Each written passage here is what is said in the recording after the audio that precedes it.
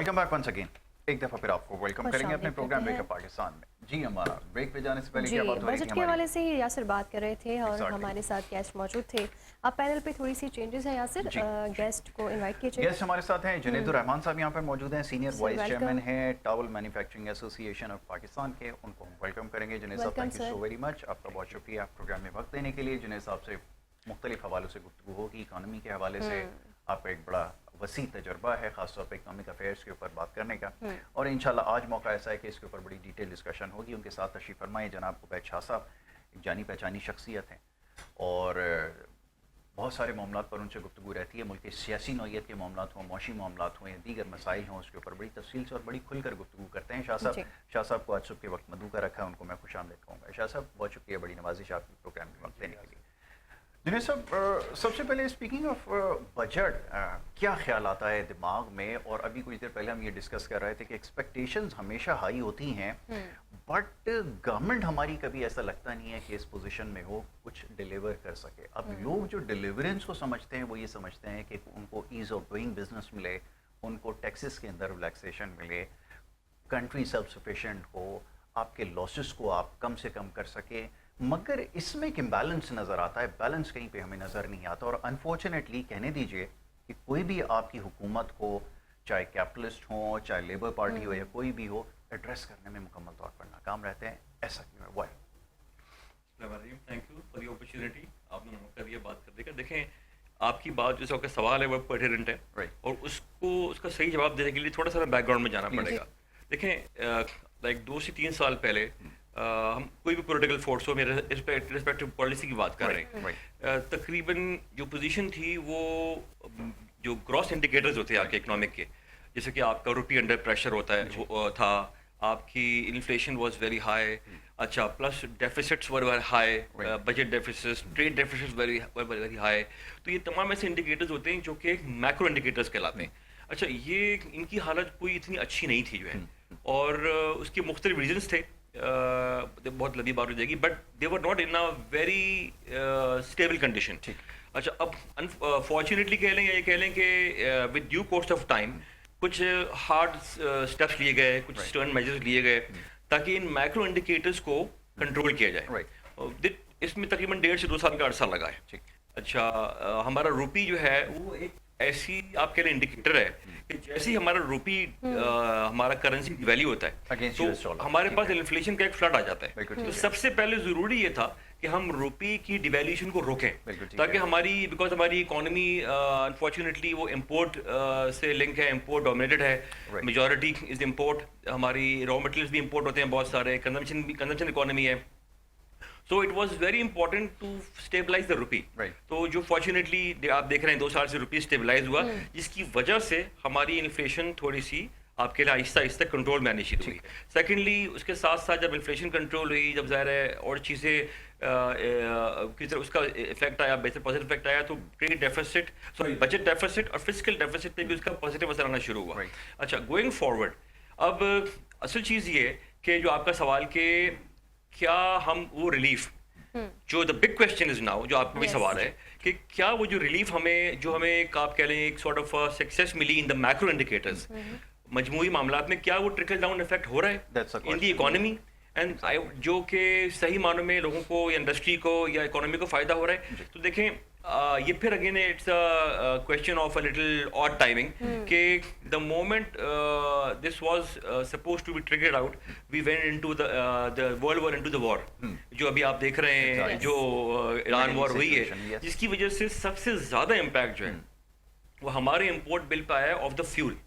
तकरीबन $800 मिलियन का आप कह लें कि हमारा फ्यूल बिल एवरेज इस वक्त है per week, it is around $3 billion approximately per month, and around $36 billion per year अगर ये कंटिन्यू करता है। अच्छा, विद और बीइंग एन इंपोर्ट इकोनॉमी हमारी तैयारी इतनी अच्छी नहीं थी, कि अगर हम फॉर एग्जांपल हमारी जो फ्यूल की जो रिक्वायरमेंट है, हमारी कंजम्पशन है, वो डिवाइडेड होती है पहले से, कंटिजेंसी प्लान हमारे पास नहीं था, वो इतना आइडियल नहीं था। बिकॉज अगर फॉर एग्जांपल वो हम लोग ऑलरेडी उन रिसोर्सेज पे होते हैं, जैसे कि सोलर पे हमारा या विंड पे हमारा या हाइड्रल पे ज़्यादा होते हैं हम लोग जो है, तो हमारी जो रिक्वायरमेंट्स ऑफ फ्यूल है वो उसको हम कर्टेल कर सकते थे, curtail कर ठीक है, सकते एनर्जी शिफ्ट की तरफ हमें जाना चाहिए था और हम शायद एंटिसिपेट नहीं कर रहे थे कि इस तरह की सिचुएशन जो वो इमर्ज हो सकती है। और अनफॉर्चुनेटली जब आपके पास बर्डन आया तो आप उसके साथ जो है वो नहीं अपने आप को उस तरह से इवॉल्व कर सके। That's a point. बिल्कुल आपने ठीक कहा कि ये एक अनवांटेड सिचुएशन थी जिसके अंदर हम आ गए हैं। शाह साहब की तरफ चलते हैं। शाह साहब, क्या इसके ऊपर कहा जाए? मेरा ख्याल है सवाल मेरे पास कुछ खत्म हो गए। मैं तो ये जानना चाह रहा था कि अभी जैसे कुछ देर पहले बात हो रही थी कि आम आदमी को इन सारी चीज़ों से क्या समझाया जाए, मैं उसको क्या एक्सप्लेन करूं। आप अपनी ज़बान में थोड़ी सी कोशिश करें, शायद उनको ये बात समझ में आए। क्या नज़र आ रहा है इससे सारी सूरत हाल में? यासिर भाई थैंक यू। बिस्मिल्लाहिर्रहमानिर्रहीम। बात ये है यासिर भाई, सवाल क्या होगा, सिर्फ इतनी सी बात है कि हमारी तबाहाली खस्ताहाली में कुछ इजाफा हो गया मजीद, ये बताइए आम आदमी को, और हम बर्बाद होने के मजीद आगे बढ़ गए, मंजिलें नई मंजिलें तय कर गए। आप बताइए, कह रहे हैं कि जी 3.3% ग्रोथ हुई है, 10% तो रेमिटेंसेस बढ़ गई है इस मुल्क में हर साल है। आम आदमी जो है, जो रेंटल उस पे ड्वेलिंग पे है, वो 10% तो उसका रेंट बढ़ जाता है। आपकी टोटल ग्रोथ जो है वो 3.3% है। आपको शर्म आनी चाहिए, आपकी ग्रोथ क्यों नहीं हो रही?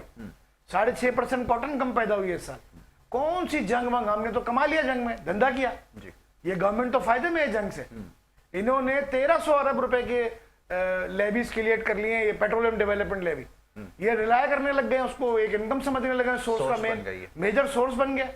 यानी इनकम टैक्स आपका सबसे सेकेंडरी सोर्स है और पेट्रोलियम डेवलपमेंट लेवी आपका मेजर सोर्स है। पेट्रोलियम की जितनी कीमत आप बढ़ाएंगे, 140 रुपए पर लीटर पे चली गई गवर्नमेंट लेवी लेने के लिए, जितनी कीमत आप बढ़ाएंगे उतना ही इंडस्ट्री जो है उसकी चीख निकलती जाएगी, बिजली की कीमत बढ़ेगी, आम आदमी मरेगा।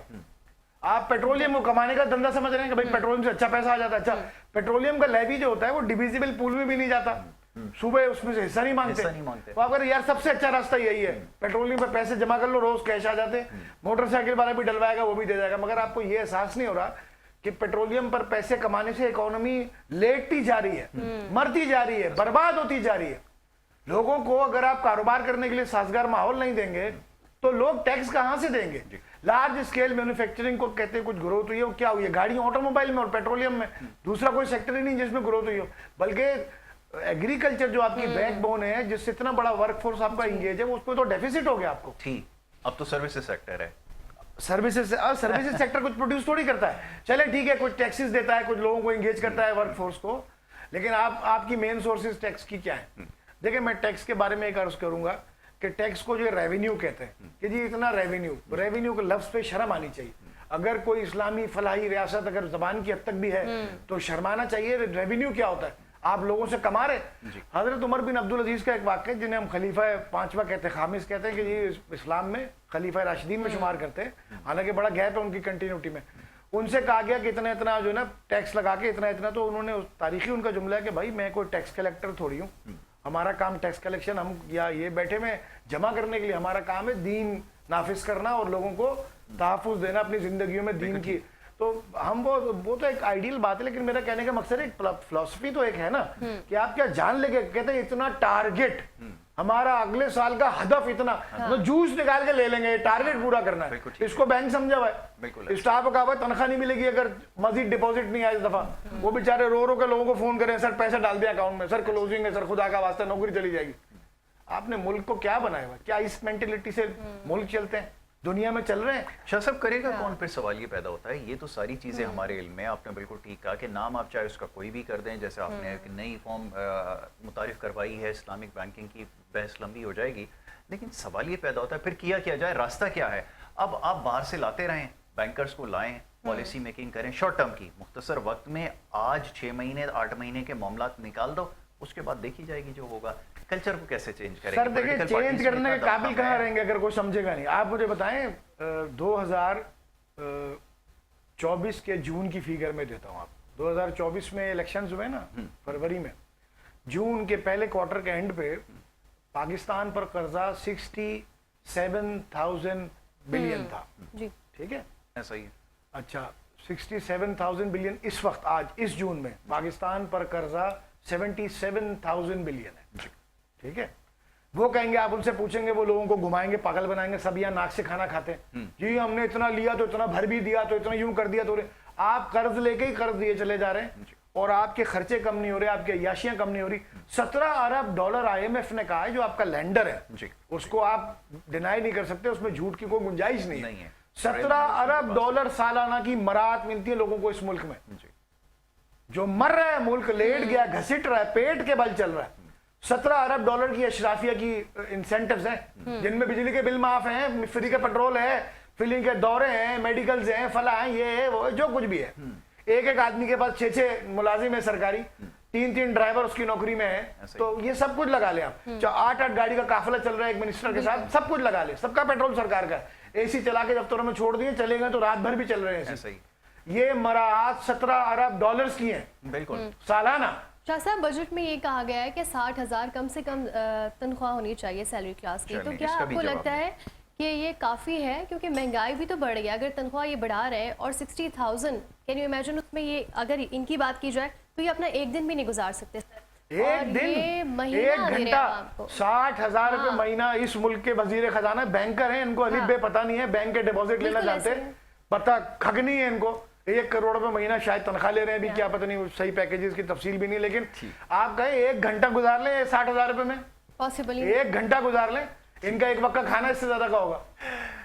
जिन सब आपकी तरफ आता हूँ, मैं जरा बात करता हूँ, जैसे उन्होंने कहा पर कैपिटा इनकम जो है वो हमारी $1,600 है। रीजनल कंट्रीज के अंदर हम अगर देखें कहीं $30,000 तक हम पहुंच चुके हैं। इन रियलिटी हमें अब इसके बारे में सोचना होगा, हमें लोगों का स्टैंडर्ड ऑफ लिविंग को बेहतर बनाना होगा, हमें अपॉर्चुनिटीज़ क्रिएट करनी पड़ेगी गिवन सर्कमस्टांसिस के अंदर, सिचुएशन के अंदर, जहाँ पर IMF के प्लान के तहत आप काम करते हैं। आप क्या चीज़ों को उस तरह से एग्जीक्यूट कर सकते हैं? शाह साहब ने भी कहा रेवेन्यू साइड के ऊपर अगर आप देखें, आपकी इन्वेस्टमेंट कहीं नहीं है, आपके पास कोई ऐसा पूल नहीं है जहाँ से फंड जनरेट हो सके, कैश फ्लोज आपके डिपेंड करते हैं सारे फॉरेन रेमिटेंसेस के ऊपर। फॉर्चुनेटली और अनफॉर्चुनेटली मैं इसको क्या कहूँ कि आपकी एक्सपोर्ट से ज़्यादा, अगर $40 बिलियन के, अगर आप मोर देन $40 बिलियन रेमिटेंसेस की मद में कलेक्ट कर रहे हैं, तो सेंस ऑफ अचीवमेंट मेरे पास कहाँ से आएगी? मैं कौन सी ऐसी चीज़ है जिसको सेलिब्रेट करूँ? आप क्या समझते हैं, फरमाइए। देखें, बात दरअसल ये है कि हम एक रियल वर्ल्ड में रह रहे हैं, राइट, जहाँ पे कुछ मामलात जिस तरह दुनिया में चलते हैं, हमें भी उसी हिसाब से अपने मुल्क को चलाना पड़ेगा, ठीक है ना। हम अपनी कोई नई फिलॉसफी लेके नहीं आ सकते, ठीक है ना। अब बात असल में ये है कि ह्यू एंड क्राई से कुछ नहीं होगा, we need to talk about solutions, ठीक है ना। एक बच्चे को भी पता है कि इस मुल्क के मसाइल क्या हैं, मगर सोल्यूशन की कोई बात नहीं, ठीक है। तो अगर आप बात करें एज एन इकोनॉमिस्ट बात करूं, मैं आपको बताऊं, या मैं आपको एज इंडस्ट्रियलिस्ट बताऊं आपको, मैं जो मेरा तजुर्बा कहता है वो ये कहता है कि हमें सोल्यूशंस की बात करनी है। और जिन मुल्कों ने, अगर आप एक मुआवजा करें लास्ट तकरीबन 2 दिहाइयों का, पिछले अगर आप दुनिया में को आप ऑब्जर्व करें, अपने रीजन में देखें आप कि हमारे जो रीजनल कॉम्पिटिटर्स हैं, इंडिया है, चाइना है, बांग्लादेश है, ठीक है, श्रीलंका है, और थोड़ा दूर चले जाएं वियतनाम है, कंबोडिया है, ये सब वो मुल्क हैं जो हमारे कंपेटिटर्स हैं इन दी इंटरनेशनल मार्केट, ठीक है। हमें ये देखना चाहिए कि इन्होंने अपने लास्ट 20 से 25 साल में, 2 दिहाइयों में तकरीबन, कैसे अपनी इकोनॉमी को रिवाइव किया, प्रोग्रेस किया, बिल्कुल ठीक है। और उसका अगर आप देखें मेन जुमला, एक मेन जवाब आएगा कि they had worked on the export led growth. उन्होंने ये कोशिश की कि उनकी जो इकोनॉमीज हैं, उनकी जो उनकी प्रायोरिटी है, उन्होंने बताया कि हम एक्सपोर्ट लेड ग्रोथ के ऊपर काम करें। कि जब हम जब कोई भी मुल्क एक्सपोर्ट लेड ग्रोथ पे काम करता है, तो उसके लिए जरूरी होता है कि वो अपनी कॉस्ट को, अपनी इन्फ्लेशन को नीचे रखे, ठीक है, उसको कंट्रोल रखे। ऑलराइट, अच्छा, डिस्कशन हमारी जारी रखते हैं। इस वक्त हमें जाना पड़ेगा तर्जुमान दफ्तर खारजा जनाब ताहिर हुसैन इंद्राती साहब जो हैं वो मीडिया से बात कर रहे हैं, वो दिखाते हैं आपको। Particularly on this issue of piracy, I wish to underscore that the government of Pakistan has taken a number of resolute steps to free Pakistani hostages. I mentioned the telephone conversation of the Deputy Prime Minister with the Somali Foreign Minister. Earlier, the ambassador of Somalia in Islamabad was also called in for a meeting by the Foreign Secretary. And this issue was raised. They discussed ways and means to secure the release. Pakistani embassy in Mogadishu, in Djibouti, which is accredited to Mogadishu, had sent teams to Mogadishu to discuss this issue. Moreover, early next week, we have been holding interministerial, interdepartmental meetings on this issue. And next week, another important meeting in person is being held here in the Ministry of Foreign Affairs.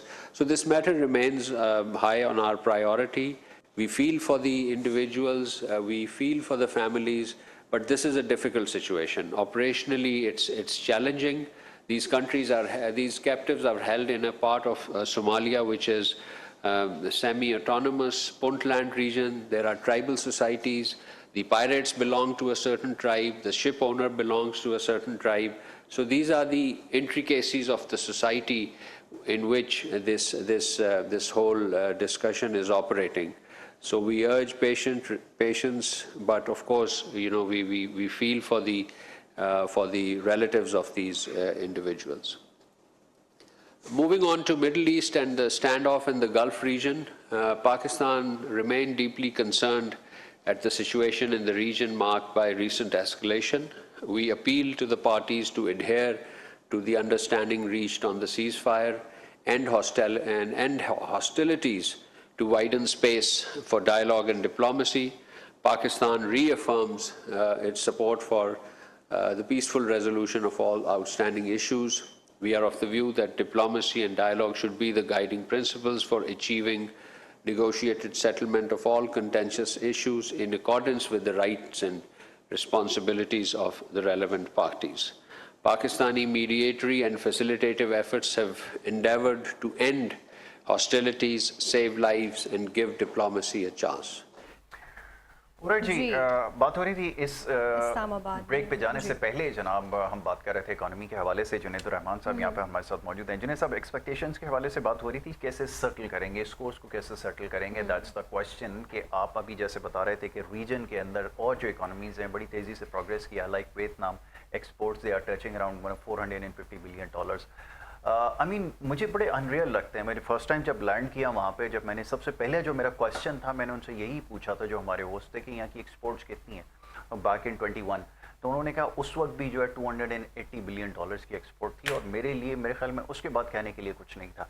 हम कभी जा सकेंगे, हमारा कभी ऐसा हो सकता है कि हमारा पोटेंशियल इतना हो जाए कि हम अपनी एक्सपोर्ट्स को 100 बिलियन का, जो अभी तो हमारा ज़्यादा एम्बिशियस मैं नहीं हूँ, $100 बिलियन को क्रॉस कर सकेंगे? Have you said? ये बिल्कुल कर सकते हैं, मगर उसके लिए हमें वो करना पड़ेगा जो उन्होंने किया।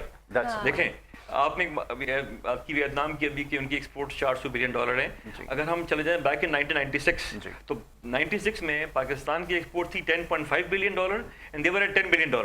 हम उनसे आगे थे। तो बेसिकली मैं आपको जो बात कर रहा था ये था कि हमें ये देखना है कि जिन इकोनॉमीज ने प्रोग्रेस किया है, हमारे सामने उनकी आप कह लें उनका जो है आप पूरा एक लेआउट है कि कैसे उन्होंने अचीव किया इस टारगेट को जो है। तो ऑल ऑफ देम, उनमें आपको एक चीज मिलेगी कॉमन कि उन्होंने एक्सपोर्ट लेड ग्रोथ पे काम किया। कि जब हम एक्सपोर्ट लेड ग्रोथ पे काम करते हैं तो उससे ये होता है कि हम उन इकोनॉमीज के लिए जरूरी होता है कि वे अपनी कॉस्ट को नीचे रखें ताकि उनकी जो कुव्वत मुकाबला है वो बरकरार रह सके। ठीक है ना, उसे उनकी cost of energy, cost of taxation, cost of borrowing money जो होता है उनका फाइनेंस होता है, और जनरल कॉस्ट ऑफ बिजनेस को नीचे रखें, जिसकी वजह से अल्टीमेटली उनको इकोनॉमी ऑफ स्केल मिलता है और वो अपनी प्रोडक्ट्स को इंटरनेशनल मार्केट में कम्पीट कर सकते हैं। तो हमने अनफॉर्चुनेटली उस ट्रैक को लूज किया और कहते हैं ना कि इट्स नेवर टू लेट।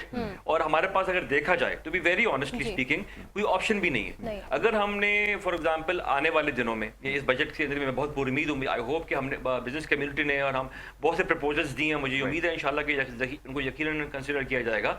अगर हम उन प्रपोजल्स को इन ट्रू स्पिरिट उनको कंसिडर करें, इम्प्लीमेंट करें। जैसे मैं आपको मिसाल देता हूँ, देखें तकरीबन 2 साल पहले एक जो बजट आया था उसके अंदर एक FTR फाइनल टैक्स रिजीम की एक फैसिलिटेशन थी कह लें, जो कि एक्सपोर्टर्स को, पाकिस्तान की एक्सपोर्ट इंडस्ट्री को जो है वो अवेल कर रहे थे, वो उसको विड्रॉ कर लिया गया और विड्रॉ करके वो उनको NTR में डाल दिया, नॉर्मल टैक्स में डाल दिया गया। अच्छा, उस करने से हुआ ये करने से कि जो टैक्स का इम्प्लीकेशन आया एक्सपोर्ट इंडस्ट्री के ऊपर, वो तकरीबन एसएमईज के ऊपर 50% तक चला गया, एग्जैक्ट, जो कि पहले 15 से 20% तक था जो है। अगर फॉर एग्जांपल वही चीज़ बिजली में हुई कि तकरीबन कोई 2-2.5 साल पहले जो है वो 9 सेंट की जो बिजली मिल रही थी हमारे एक्सपोर्टर्स को, वो बढ़ा के जो है वो तकरीबन 13, 14, 15 सेंट तक चली गई। अच्छा, अब हमारे इनपुट्स जो है वो क्या है? इलेक्ट्रिसिटी है, टैक्सेशन है, लेबर है, कॉस्ट ऑफ डूइंग बिजनेस है, फाइनेंस।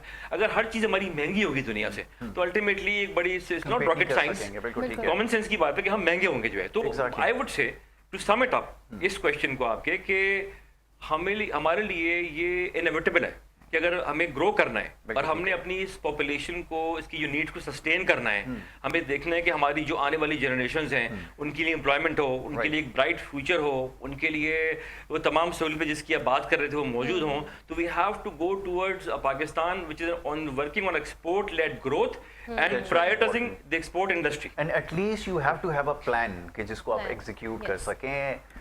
जब वो प्लान नहीं होगा तो आप कैसे ये सारी चीज़ें करेंगे? वी ऑल नो कि हमें एक्सपोर्ट लेड पॉलिसी बनानी होगी, मगर वो बनाएगा कौन? शाह साहब की तरफ चलें, ज़रा शाह साहब से बात कर लेते हैं। शाह साहब, अब क्या बताएं कि लाइफ बड़ी मिजरेबल हो चुकी है। अभी टैक्सेस का आपने तस्करा कर दिया, जैसे अभी जुनैद साहब ने तस्करा किया कि आपको एक एक्सपोर्ट लेड पॉलिसी बनानी होगी, लेकिन मैं क्या करूँ? मेरे जो मुल्क में बिजली है, दुनिया की महंगी तरीन बिजली हम इस्तेमाल करते हैं। कितने घंटे करते हैं मुझे नहीं मालूम, कहीं पर 18 घंटे की लोड शेडिंग है, कहीं पर 12 घंटे की। इंडस्ट्रीज़ के अंदर हाल ये है। इंफ्रास्ट्रक्चर का हाल क्या है? मैं क्या कहूँ, आप इसी शहर में रहते हैं, इंफ्रास्ट्रक्चर हम देख रहे हैं, पूरा मुल्क प्रोग्रेस कर रहा है, यहाँ की मिसालें दी जा रही हैं। छोटी सी चीज़ बता रहा हूँ क्योंकि इकनॉमिक हब है शहर कराची, और यहाँ पर अगर आपकी इंडस्ट्रियल ग्रोथ नहीं होगी, उसकी रिफ्लेक्शन अगर नहीं नज़र आएगी, तो कैसे बाय एंड लार्ज आप ग्रो कर सकेंगे? तरक्की का सफ़र कैसे तय होगा? हम तो आज भी वहीं खड़े हैं जहाँ से सिलसिला शुरू हुआ था। फरमाइए। देखिए यासिर भाई, हम तरक्की माकूस पे हैं। बहुत खूब। मतलब right opposite of the direction, 360 degree back. तो बात ये है सर कि आप तरक्की की बात करें ना, देखिए हमारे पास जो टैक्स का अभी इस वक्त स्कीम दी है वजीर खजाना साहब ने, वजारत खजाना ने, कि जी ताजिर जो है 25,000 रुपये दे के इनरोल हो जाए और वन टाइम वो आप आइंदा टैक्सेशन नेटवर्क में आ जाए, और उनको POS नहीं लगाते हम, उनको टर्नओवर पे एक फिक्स टैक्स पे आ जाते हैं 1% पे। अच्छा है, तो कहते हैं 20 लाख के करीब जो है वो शॉपकीपर्स हैं जो इस नेटवर्क में आ सकते हैं। बड़ी अच्छी बात है, बहुत अच्छा प्रपोजल है। मगर अभी ये जो एक सफ़े की बात की गई है ना, शायद इनको बहुत इंगेज किया इन्होंने, क्योंकि बहुत बार गवर्नमेंट ने स्कीम्स दी, वो नहीं मानते हैं। वो कहते हैं हमारे पास इतना थोड़ी है, एक दुकान पे अकाउंटेंट रख ले पूरा, आपका इतना बड़ा डिक्लेरेशन होता है, रिटर्न होता है, पता नहीं कौन कौन से अकाउंटिंग के हेड होते हैं, हम करते करते मर जाए, हमारे बस का नहीं है। तो इसमें क्या जाता है कि आप उर्दू में उनको 2 सफ़े का एक पर्चा दे दें, इसको भर दो, ये एक फार्म है, मेरी ये दुकान है, मेरा ये एड्रेस है, मेरा ये एरिया है, मैं ये चीज का कारोबार करता हूँ, मैंने इतनी सेल की है, या सालाना इतनी सेल कर लेता हूँ, या महीने की इतनी कर लेता हूँ अंदाजन, और मेरा ये घर है, ये मेरी कफालत है, ये मेरे खर्चात है, मेरे पास ये बच जाता है। इस मिसाल दे रहे हैं, झूठ बोलता हो वो तो हम कौमी तौर पर बोलते हैं, वो मसला नहीं है, हम पैदाइशी झूठे होते हैं, हमारे यहाँ वो मसला नहीं है। मगर बोले कुछ तो बोलेगा ना, आपको कुछ डाटा तो देगा, उस डाटा को आप एग्जामिन कर सकेंगे, एनालाइज कर सकेंगे, पिक एंड चूज कर सकेंगे। 10, 5, 20, 50 बड़े को निकाल लेंगे, यार तुम तो झूठ बोल रहे हो, जरा बैठ जाओ। लेकिन आप उसको इतना मुश्किल रखते हैं कि उसके तो सर के ऊपर से जाता है। वो क्या करे इसमें? वो कोई चार्टर्ड अकाउंटेंट बिठा ले, कॉस्ट एंड मैनेजमेंट अकाउंटेंट बिठा ले आपके टैक्स भरने के लिए। तो एक तो इस तरह के प्रॉब्लम्स हैं, रिवायती ब्यूरोक्रेसी, अंग्रेजी का माहौल, मुंह टेढ़ा करके इंग्लिश बोलनी है तो बहुत आप बर्गर हैं, बहुत पढ़ लिखे हैं, लायक हैं। अगर आप अंग्रेजी नहीं बोल रहे मुंह टेढ़ा करके तो आपको तो कुछ आता ही नहीं है। तो ये जो वे ऑफ थिंकिंग हमारा है, we have lost in this. बिल्कुल सर, ये हमने ये भी देखा है, हम अपनी स्ट्रेंथ पर काम नहीं करते। When it comes to agriculture, वो हमारी स्ट्रेंथ है। देखिए जर्मन ने किसी जबान का सहारा लिया दुनिया के सामने उनकी तरह की। चाइना ने लिया किसी जबान का, हमारे रशिया ने लिया, रशिया ने लिया, कोरिया ने, नॉर्थ कोरिया ने, साउथ कोरिया ने लिया। तो हम पता नहीं क्या हमारी बिल्ट इन है हमारे अंदर ये कि भाई आपको डिपेंडेंसी एलियन लैंग्वेज पर रखनी है, और उसी में आम आदमी को कैसे डील करेंगे आप इसमें? वो तो ये इस बात को समझते ही नहीं है, तो उनके लिए कॉमेडी है ये। दूसरी बात क्या है, हमारा टैक्स रिलायंस सारा किस पे है? लार्ज स्केल में सारा फॉर्मल सेक्टर, बैंक्स देते हैं बड़ा टैक्स, सारे कॉर्पोरेट सेक्टर देता है, लार्ज स्केल मैन्युफैक्चरिंग देती है, पेट्रोलियम कंपनीज देती हैं, ठीक है, या सैलरीड क्लास देती है। ठीक है। सैलरीड क्लास 7 करोड़ की वर्क फोर्स है इस मुल्क में और आप में तकरीबन 5.9 मिलियन टैक्स पेयर्स हैं मैं तो सिर्फ ये समझता हूँ कि देती ही सिर्फ सैलरीड क्लास है, एडसोर्स टैक्स जिसका कट जाए उसको क्या वो करना, वो भी ऐसे ले वही ऑर्गेनाइज सेक्टर जो है वही दे रहा है टैक्स, वरना अदरवाइज तो इंपोर्टर्स दे रहे हैं एटसोर्स, क्योंकि इंपोर्ट करते हैं तो वही ले लेते हैं आप उससे ले रहे हैं जिससे पकड़ में आ रहा है।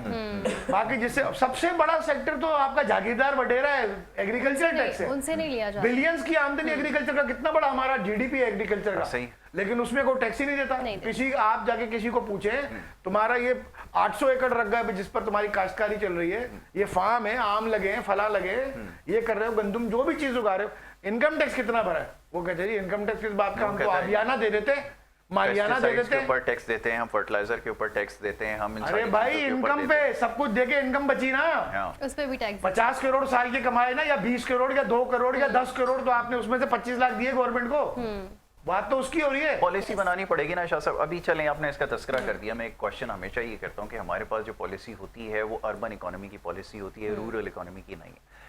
आपका क्योंकि ताल्लुक अब टेक्सटाइल से, अब टेक्सटाइल को हमारी टॉप प्रायोरिटी में होना चाहिए। हमारा लीडिंग जो एक्सपोर्ट का जो हमारे पास आइटम है ना वो टेक्सटाइल ही आता है।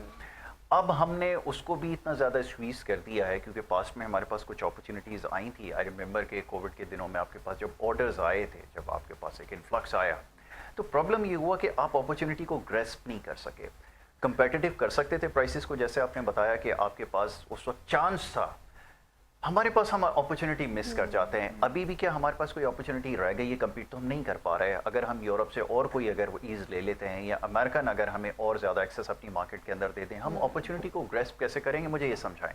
बिल्कुल, देखें एक बात और भी आपसे कहना चाहूँगा, टैक्स केस पे बात हो रही थी इसके आपके सवाल से पहले, कि हमारा जो टैक्स सिस्टम है इस वक्त, उसकी जो मैकेनिज्म है वो इस वक्त बेस है collection of tax from indirect sources. बिल्कुल, मीन्स के इसका मतलब ये हो गया कि आपने एक बिस्किट का पैकेट खरीदा, आपने जूस का डब्बा लिया, आपने पेट्रोल डलवाया, हर चीज के ऊपर इनडायरेक्ट टैक्सेशन आप दे रहे हैं। अच्छा, ये इसका एक तनासब होता है दुनिया के अंदर के 30-70 से ऊपर एक्सीड नहीं करना चाहिए। 30% should be indirect tax and 70 should be direct tax. Means के डायरेक्ट टैक्स का मतलब है कि आपने अपनी टैक्स रिटर्न फाइल की और आपने अपना टैक्स भरा, आपने अपना गोश्तवारा जमा कराया। अच्छा, ये जो सिस्टम है ना, एक तो हमें इस पे रिव्यू मांग रहा है काफी अरसे से कि we should reduce the burden of indirect taxation and go towards direct taxation. अब उसके लिए मसला सबसे बड़ा ये है कि जो स्टेक होल्डर्स हैं उनको विन कॉन्फिडेंस ऑन बोर्ड लेना कि हमें अपना टैक्स बेस बढ़ाना पड़ेगा। अगर हमने एज अ कंट्री ये डिसीजन इम्प्लीमेंट नहीं किया, चाहे वो कोई सेक्टर भी हो, चाहे वो दुकानदार तबका हो, चाहे वो एग्रीकल्चर सेक्टर हो, इंडस्ट्रीज तो ऑलरेडी दे रही है टैक्स। और सबसे बड़ा मैं समझता हूँ उस वक्त अगर आप देखें जो बर्डन है वो एम्प्लॉयमेंट सेक्टर के ऊपर है, जो बहुत हैवी टैक्सेशन दे रहे हैं। मैं समझता हूँ कि वो आई थिंक सो इस बजट में उसको जरूर डेफिनेटली देखना चाहिए कि उसमें रिलीफ मिलना चाहिए। मगर ये कि जो इस वक्त हमारा जो आप कह लें उसका जो एक बास्केट है ना वो बैलेंस नहीं है, तो we have to make sure कि पॉलिसी आहिस्ता आहिस्ता, मतलब it might take a couple of years और few more years, but it should go towards from indirect taxation to direct taxation, ताकि टैक्स बेस बढ़े और जो लोड है वो डिवाइड हो तमाम सेक्टर्स के ऊपर। बिल्कुल। ताकि दूसरी बात जो आपका सवाल था कि देखिए अपॉर्चुनिटी इज ऑलवेज देयर। हम कभी भी ऐसा नहीं हुआ कि और अगर नहीं हो तो opportunity can be created. And when we say that, हम इसका मतलब सिंपल ये है कि अभी बड़ी अच्छी बात की आपने कि हमारी स्ट्रेंथ पे वर्क करना चाहिए। तो हमारी स्ट्रेंथ क्या है? We know it very well कि हमारी स्ट्रेंथ है, अगर एक्सपोर्ट्स की बात करें तो टेक्सटाइल सेक्टर हमारी स्ट्रेंथ है। अगर देखें 65% जो हमारी एक्सपोर्ट्स हैं वो टेक्सटाइल सेक्टर से होती है हमारी, और उसके अंदर भी आई वुड से कि more than 70%, 70% is from the home textile sector, which is a value added sector, अच्छा, जिसको मैं भी रिप्रेजेंट करता हूँ। तो कहने का मकसद ये है कि we have to see कि जिन सेक्टर से हमारी स्ट्रेंथ है जो आउट परफॉर्म कर रहे हैं, दो किस्म की पॉलिसी बनानी चाहिए हमें। एक हमें बनानी चाहिए फायर फाइटिंग पॉलिसी, कि जो शॉर्ट टर्म हमारे मेजर्स हैं वो कौन से ऐसे पॉलिसीज हैं जिनको हम जिनसे हमारी एक्सपोर्ट्स को, हमारी इकोनॉमी को इमीडिएट रिलीफ मिल सकती है। और उसके साथ साथ हमारा एक प्लान होना चाहिए, स्ट्रैटेजिक प्लान, कि जो कि 5 से 10 साल पे बेस होना चाहिए और वो साथ साथ चलना चाहिए, दोनों पैरेलल चलने चाहिए। क्योंकि उसका फायदा हमें आज नहीं मिलेगा, मगर 5 years down the road, 10 years down the road direction आपकी सेट हो जाएगी। आप ये समझेंगे दोनों तरफ काम करने से हमें एक शॉर्ट टर्म रिलीफ भी मिलना शुरू होगा और लॉन्ग टर्म भी, but for that it is very important to take the right stakeholders on board. अच्छा सर, मुझे ये भी बताएगा कि अगर हम बात करते हैं इंडस्ट्री के हवाले से ही, तो क्या टैक्टिक्स ऐसे होने चाहिए कि हम FDI की अटेंशन ले सकें, पाकिस्तान में इन्वेस्टमेंट बढ़ा सकें? इंडस्ट्री के हवाले से अगर बात करें, और भी स्ट्रेंथ के हवाले से एग्रीकल्चर हो गई, और भी मजीद हैं, तो उसके क्या टैक्टिक्स होने चाहिए, ये बताइएगा। नहीं, बहुत अच्छा सवाल आपका। देखिए, इसमें इट्स ऑल अबाउट इंसेंटिव्स, जो क्योंकि हम IMF प्रोग्राम के अंदर हैं तो एक लिमिटेशन ये आती है कि हम किसी भी सेक्टर को आउटराइट रिलीफ नहीं दे सकते जो है, बट बहुत से ऐसे मेजर्स होते हैं जो एडमिनिस्ट्रेटिव मेजर्स होते हैं, जो फैसिलिटेटिव मेजर्स होते हैं, जिसकी वजह से इंडस्ट्री को हम फैसिलिटेट कर सकते हैं। अब जैसे बहुत बड़ा एक इशू है जो कि ऑलरेडी हाईलाइट हो चुका है, वो एनर्जी प्राइसेस के ऊपर है। जो कॉस्ट ऑफ एनर्जी है वो हमारी तकरीबन 9 या 10 सेंट है, मगर इंडस्ट्री को जो सप्लाई होती है, जो बिल किया जाता है, वो बिल किया जाता है 13, 14, 15 सेंट तक। उसकी वजह ये है कि जो लोग बिल नहीं देते या जिन लोगों को गवर्नमेंट सब्सिडी देना चाहती है, उनका लोड भी इंडस्ट्री पे डाल देते हैं। अब ये एक ऐसी पॉलिसी है कि इससे इंडस्ट्री नहीं चल सकती आपकी। तो आपका सवाल का जवाब ये है कि वन ऑफ द इनिशिएटिव्स ये होना चाहिए कि जो क्रॉस सब्सिडी है, कि किसी और का बोझ किसी और पे डालना, और इंडस्ट्री पे जो है, एक तो इसको खत्म करना चाहिए, और दूसरा जो टैक्सेशन का जो इशू है, जो कि बहुत जरूरी इसमें वो है, उसका जो इम्पैक्ट है वो ये कि उसको रैशनलाइज करना चाहिए। देखना चाहिए कि देखें, इंडस्ट्री इज स्ट्रेटेजिक। अगर आज जो इंडस्ट्री चला रहा है, अगर वो आज वापस री इन्वेस्टमेंट नहीं करेगा तो आगे ग्रोथ आपको नहीं आएगी। मैं इस तरफ आता हूँ, अभी शाह साहब की तरफ आऊँगा जरा। अब इन्वेस्टमेंट की बात करते हैं। चलें, री इन्वेस्टमेंट की आपने बात की। पहले तो हमारे यहाँ सबसे इंपॉर्टेंट चीज़ ये होती है ना कि एक्सेस टू फाइनेंस किसको देते हैं आप। क्या इतने हायर इंटरेस्ट रेट के ऊपर आपकी बोरिंग हो सकती है? ये टेक्निकली पॉसिबल है? बड़ी लंबी डिबेट है, हम इसके ऊपर फिर कभी बात करेंगे कि इन्वेस्टमेंट अपॉर्चुनिटीज़ आपके पास हो, कंट्री की इन्वेस्टमेंट कहाँ पर होती है जिससे वो दोबारा से फंड जनरेट करती है, डिटेल टॉपिक है। यहाँ पर इन्वेस्टमेंट की बात होती है। शाह जी, वो दुबई के अंदर जिनकी इन्वेस्टमेंट थी, मुझे याद है वो कैपिटल वहाँ फ्ली कर गया था, वो वापस इधर आ रहा है। अब आ रहा है, पार्क किधर करूं? सवाल ये पैदा होता है, आपको अपॉर्चुनिटी तो बनानी पड़ेगी ना। आप छोड़ दें कि जो भी है, जो हालात रहे हैं, लेकिन बहुत सारे बड़े ममालिक के पास भी यही मौका था जिसको उन्होंने कैश किया और उनकी इकोनॉमी स्टेबल हो गई। हमारे प्लान में ऐसी कोई चीज़ नहीं है। अब वहाँ से जो पैसे आ रहे हैं, कहाँ पार्क करें? मुझे बताएं, कोई जगह है? यासिर भाई देखें, पहले तो छोटी सी बात है कि जुनेद साहब ने कहा ना कि फायर फाइटिंग वाली बात, ये किसी हद तक ठीक, अच्छा बात थी, अच्छी बात थी। अब आप ये देखें कि जो दुनिया में इस वक्त हालात हैं, यानी स्पेशली इस रीजन में, तो यहाँ पे बहुत सारे पैसे को इस तरफ आना चाहिए। ठीक है। कुछ पाकिस्तानियों का भी वापस और कुछ नए वेंचर्स भी। ठीक है। अच्छा, जो आना चाहिए उसके लिए क्या हमारा इंफ्रास्ट्रक्चर कैपेबल है, उसे उठा ले। आप एक आदमी आ जाता है, एक इन्वेस्टर आता है, मैं अब मिसाल दूंगा तो बड़ी, यहाँ एक चाइनीज इन्वेस्टर था, मेरे जानने वाले का दोस्त था। जी।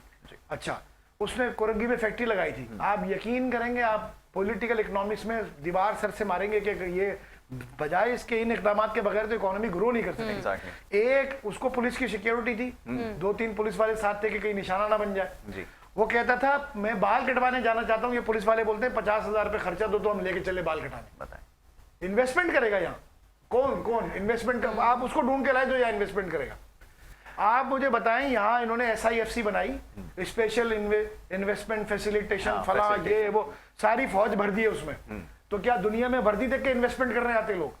सवाल ही पैदा नहीं होता, ये एनवायरमेंट है नहीं इन्वेस्टमेंट। लेकिन कॉन्फिडेंस तो उन्हीं के ऊपर है ना। कोई नहीं, आप आगे सुने ना, कॉन्फिडेंस क्या है। इन्होंने जिससे जाके बात किया, I can for surely refer you कि किस किस नेगोशिएटर से किस किस ने क्या बात की, तो उसने जवाब में क्या कहा। बड़े कई कॉर्पोरेट सेक्टर्स हैं, कई बड़े ग्रुप से, उन्होंने कहा अगर हम आपके इन्वेस्टमेंट करें और डिस्प्यूट हो तो रेफरल किधर होगा, हमारा फैसला कौन करेगा, कहाँ की कोर्ट करेगी? उन्होंने कहा पाकिस्तान की। उन्होंने कहा रहने दे दी, हमें उधर जाना ही नहीं है, हमें इन्वेस्टमेंट ही नहीं करनी थी, पाकिस्तान की कोर्ट का क्या भरोसा है जी।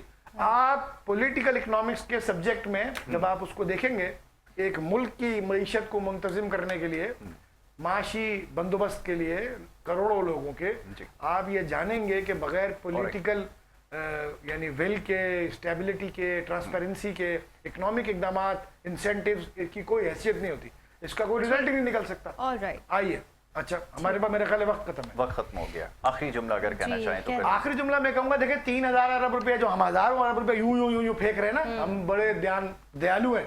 हम 800 अरब रुपए बेनजीर इनकम सपोर्ट 3,000 रुपए महीना दे दो, वो 3,000 रुपए महीना लेकर भी भीख भी मांगता है, चोरी भी करता है, नौकरी भी करता है, सब कुछ करता है, फायदा कोई नहीं होता।